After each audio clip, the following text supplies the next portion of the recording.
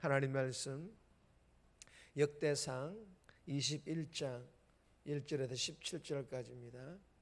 구약성경 640페이지 642페이지네요. 우리 합독은 21장 5절에서 7절까지 그리고 10절 한 절 말씀 합독합니다. 21장 5절입니다. 요압이 백성의 수요를 다윗에게 보고하니 이스라엘 중에 칼을 뺄 만한 자가 110만 명이요 유다 중에 칼을 뺄 만한 자가 47만 명이라. 요압이 왕의 명령을 마땅치 않게 여겨 레위와 베냐민 사람은 계수하지 아니하였더라. 하나님이 이 일을 악하게 여기사 이스라엘을 치심해. 10절입니다. 가서 다윗에게 말하여 이르기를 여호와의 말씀이 내가 내게 세 가지를 내어 놓으리니 그 중에서 하나를 내가 택하라. 내가 그것을 내게 행하리라 하셨다 하라 하신지라. 아멘. 오늘 본문의 제목은 다윗의 인구조사. 다윗의 인구조사. 오늘 본문은 다윗이 자신의 통치 기반을 확인하기 위해 인구조사를 실행하고 하나님께서는 이를 악하게 여겨 징계하십니다. 그리고 다음 장인 22장 1절에 보면 역설적이게도 이 인구조사 사건으로 성전의 장소가 결정된다는 내용의 본문입니다. 오늘 이 본문을 통해 하나님께서 우리에게 주시는 첫 번째 교훈입니다. 죄를 싫어하시는 하나님, 죄를 싫어하시는 하나님이심을 우리에게 교훈합니다. 잘 아는 그런 교훈이지 않습니까? 7절 말씀 보시면 하나님이 이 일을 악하게 여기사 이스라엘을 치심해. 여러분 이 일이 어떤 일입니까? 2절에 보시면 부엘세바에서 단까지 이스라엘을 계수하고 그 수요를 알게 하라. 5절에 보시면 백성의 수요를 다윗에게 보고하니. 여러분 이 일이 어떤 일입니까? 이스라엘 백성들을 계수하는 일, 이스라엘 백성들이 몇 명인지 수요를 아는 일입니다. 그리고 이스라엘 백성들을 계수하는 이 일을 2절에 보시면 다윗이 요압과 백성의 지도자들에게 이르되 너희는 가서 이스라엘을 계수하고 돌아와 내게 보고하여. 무슨 말씀입니까? 다윗이 시위대장 요압에게 그리고 백성의 지도자들에게 이스라엘 백성들을 계수하는 일을 시켰다라는 것입니다. 그런데 이 일, 즉 다윗의 인구조사는 옳은 일이 아니라는 것을 시위대장인 이 요압도 알고 있었습니다.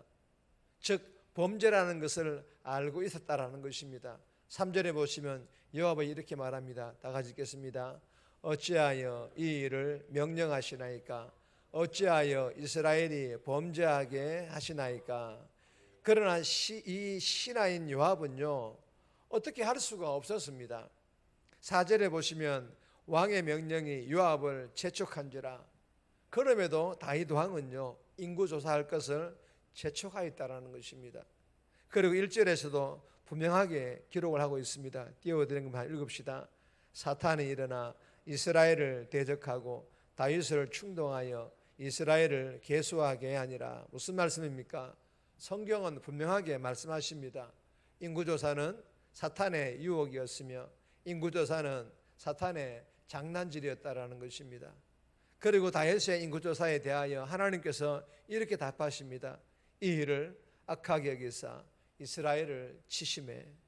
사랑하는 여러분, 본문을 통해 주시는 교훈이 무엇입니까? 한 가지입니다. 악하게 여기사, 악, 즉 죄입니다. 하나님께서는 죄를 너무너무 싫어하십니다. 하나님께서는 죄를 너무너무 미워하십니다. 죄에 대하여서는 그 누구도 예외가 없다라는 것입니다. 그리고 죄에 대한 대가도 한 가지입니다. 죄의 삭은 사망, 즉 죽음입니다. 그러나 하나님께서는 회개하는 자들에게 고난과 징계를 통해 긍휼과 자비를 베풀어 주셔서 돌이킬 수 있는 기회를 주십니다. 본문의 다윗도 하나님께서 사랑하시는 자녀이지만 결코 죄를 그냥 없는 것처럼 넘어가시지 않으십니다. 주신 교훈을 마음판에 잘 새겨서 하나님께서 죄를 너무너무 싫어하시고 미워하심을 알고 죄의 작선 사망임을 알고 죄 짓지 않기를 위해 피 흘리까지 싸우시고 시편 119편 11절 말씀과 같이 하나님께 범죄하지 않기 위해 날마다 하나님 말씀을 내 마음에 새기고 연약하게 죄를 짓더라도 속히 회개하는 그런 오늘 하루의 삶 살아갈 수 있기를 주님의 이름으로 축복합니다. 두 번 주시는 교훈입니다. 긍휼하심에 감사하라. 긍휼하심에 감사할 것을 우리에게 교훈합니다.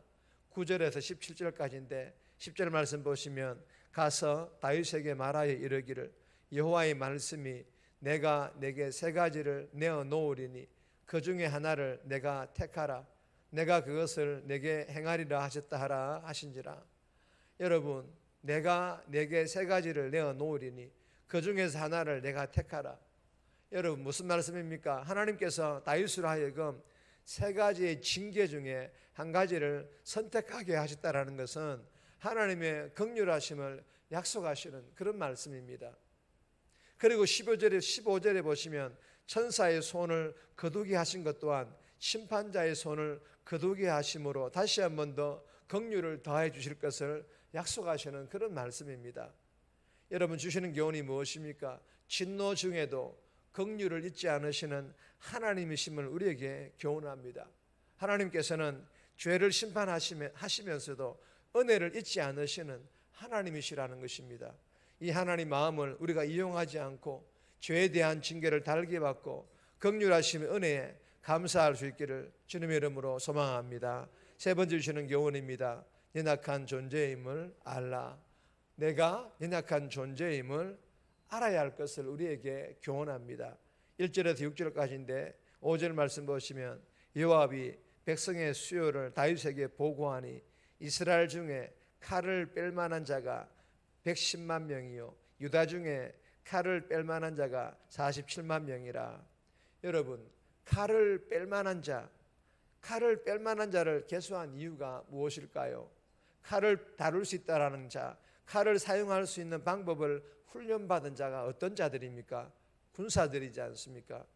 여러분, 다윗이 이스라엘 백성들의 인구조사를 왜 했는지, 인구조사의 목적이 무엇인지를 잘 말해주고 있는 그런 말씀이지 않습니까? 전쟁을 위하여, 전쟁 준비를 위한 그런 인구조사였다라는 것입니다.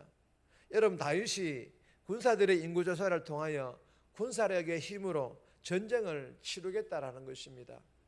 여러분, 구약 시대의 모든 전쟁은 어떤 전쟁입니까? 하나님께 속한 그런 전쟁이지 않습니까?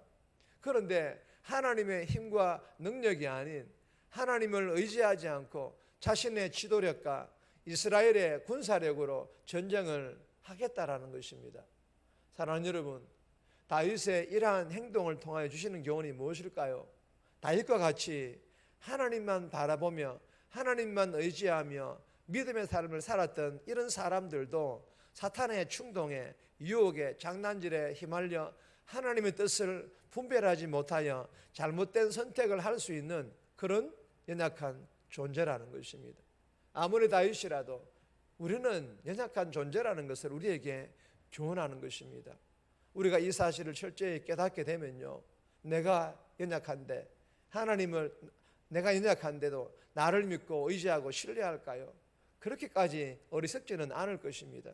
그래도 예수 믿는 성도인데 내가 연약함을 아는데 하나님을 믿고 의지함으로 잘 분별하여 다윗과 같이 베드로와 같이 잘못된 선택하지 않을 것입니다.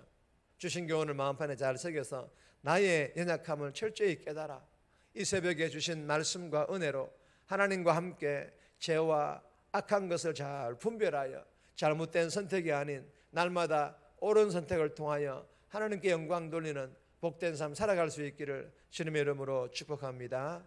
네 번째 주시는 교훈입니다. 내 죄가 누군가에게 고난을 준다. 내 죄가 누군가에게 고난을 줄 수도 있다라는 것을 우리에게 교훈합니다.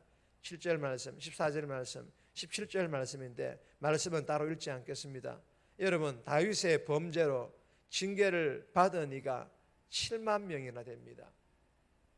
다윗이 자신의 죄 때문에 이스라엘이 징계를 받는 것을 아파하며 그 벌을 자신에게만 돌려달라고 간구했으나 그 간구는 이스라엘 공동체에 가져온 참담한 고통을 없애주지를 못했습니다.